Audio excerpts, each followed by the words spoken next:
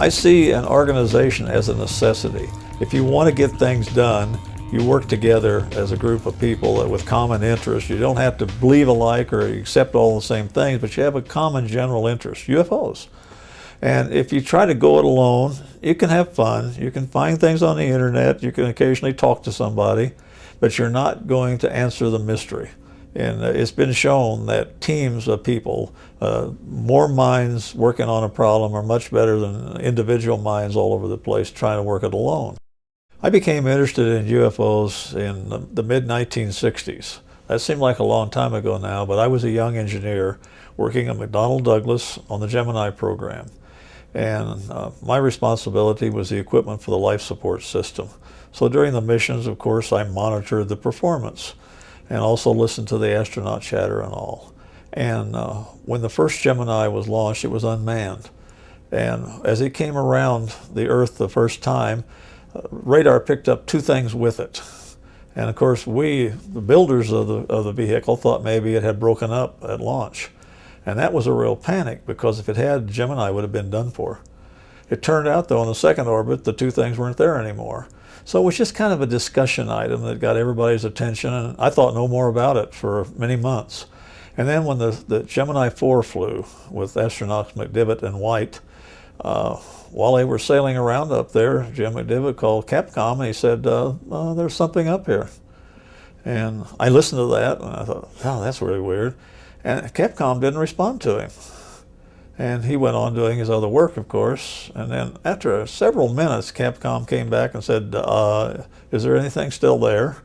Or something of that effect. And he said he'd take a picture, and he did. Later, after he landed, he went to see the picture, and it turned out the picture he was shown, he said, didn't look like what he took the picture of, which was kind of bizarre. Now, some people tried to say, well, it was a booster. You know, but he was smart enough. You know, this is a general in the Air Force, as a NASA astronaut, smart guy, good pilot, good observer, knows what he's seeing. He said, oh, I checked in with that, and the booster was 6,000 miles away. It's not in my line of visibility. And that was kind of the end of it. But I kind of stewed over that. We were working 7 days a week to get these craft up there. And something's just sailing around up there. I got to figure out what that is, because we ought to be able to do that. And soon after that, there was an airline case out of Missouri where the FAA asked the airline pilot to move change his direction of flight and alter, instead of going straight to Kansas City, to go up past Kirksville, Missouri, and then over to Kansas City, because there was something over Kirksville. So I got involved in that case. And then I found this pilot, I still remember his name even, it was Captain Don Lochner. And he was such a good pilot and such a good observer that he could describe everything that was going on. I said, God, I got an astronaut and now I got a pilot, and they're both telling me something unusual is up there. This is really neat. I eventually went with the pilot on CBS television in St. Louis, and he told his story there, the two of us together. And so I was quickly getting my feet wet with UFO information that was highly credible, with excellent witnesses. The demand got so much for our services that we decided to form the Midwest UFO Network, in about 7 states around Illinois. And we held a picnic in my backyard and invited people we knew that had an interest in this from all these different areas, and concluded we would have an organization. And so we elected Dr. Alan Utke, a professor out of Wisconsin, as the first director of MUFON. And he stayed with it about a year and then found out it was just too much work on top of his professorship. And Walt was really the stimulator of making it happen, so we elected Walt, the international director, at that point. And we didn't call him international then, but within 2 years we had people from all over the world wanting to join. So we changed it from Midwest UFO Network to Mutual UFO Network, and it's still MUFON. And we've gone from there. We went from like 15 or 20 people organization, and at one point we got up to about 6,000 members. So you need to be able to work together, set some standards, and that's what organizations do. MUFON sets standards for ethics and how to handle things, how to treat people. It set standards by having a mission and having goals and having strategies to meet those goals. And that focuses your work. You're not just dancing all over the map. You're actually focusing on what you're going to do, and you're picking up then people that have the skills to do that, which in an organization you can provide the whole range of skills. Right now, MUFON has roughly 350 consultants and research specialists. Consultants are generally PhDs, MDs, and the like. Research specialists are generally MAs, MSs, things like that, degreed people also. Not necessarily, but that's the general criteria.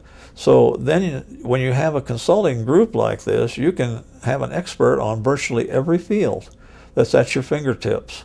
You don't have to go look on the internet. You don't have to go look in an encyclopedia. You can take the person that's really alive and out there today that's working with you. So as an organization, you have that sort of thing. You also set investigative criteria. It's very important to investigate something here and in Chicago and in Los Angeles and somewhere else in the same way. So when you get done, you have data that's apples and apples, not apples and oranges.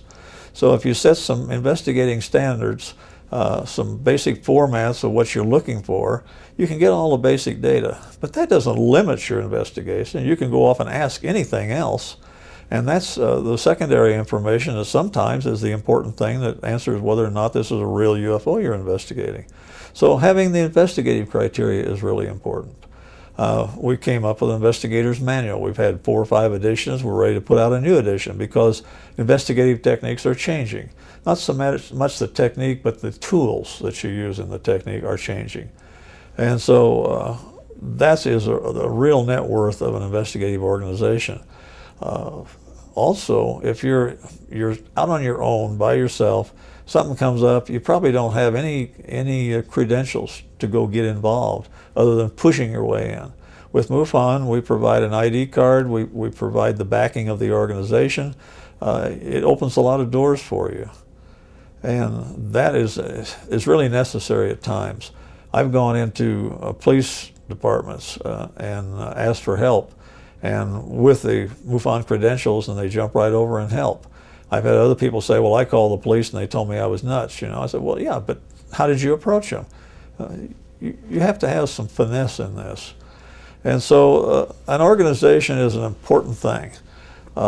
We use the internet to look for leads on cases. Just because it's on the internet doesn't mean we believe it's a UFO. It's not a belief situation.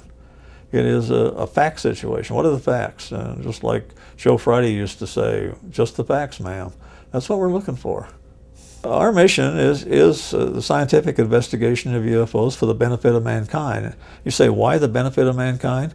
Well, because this is an earth-shaking situation. We've had UFOs dating back way into history, but in modern times, from the beginning of World War II on, we've had lots and lots of UFOs reported by highly credible people or groups of people.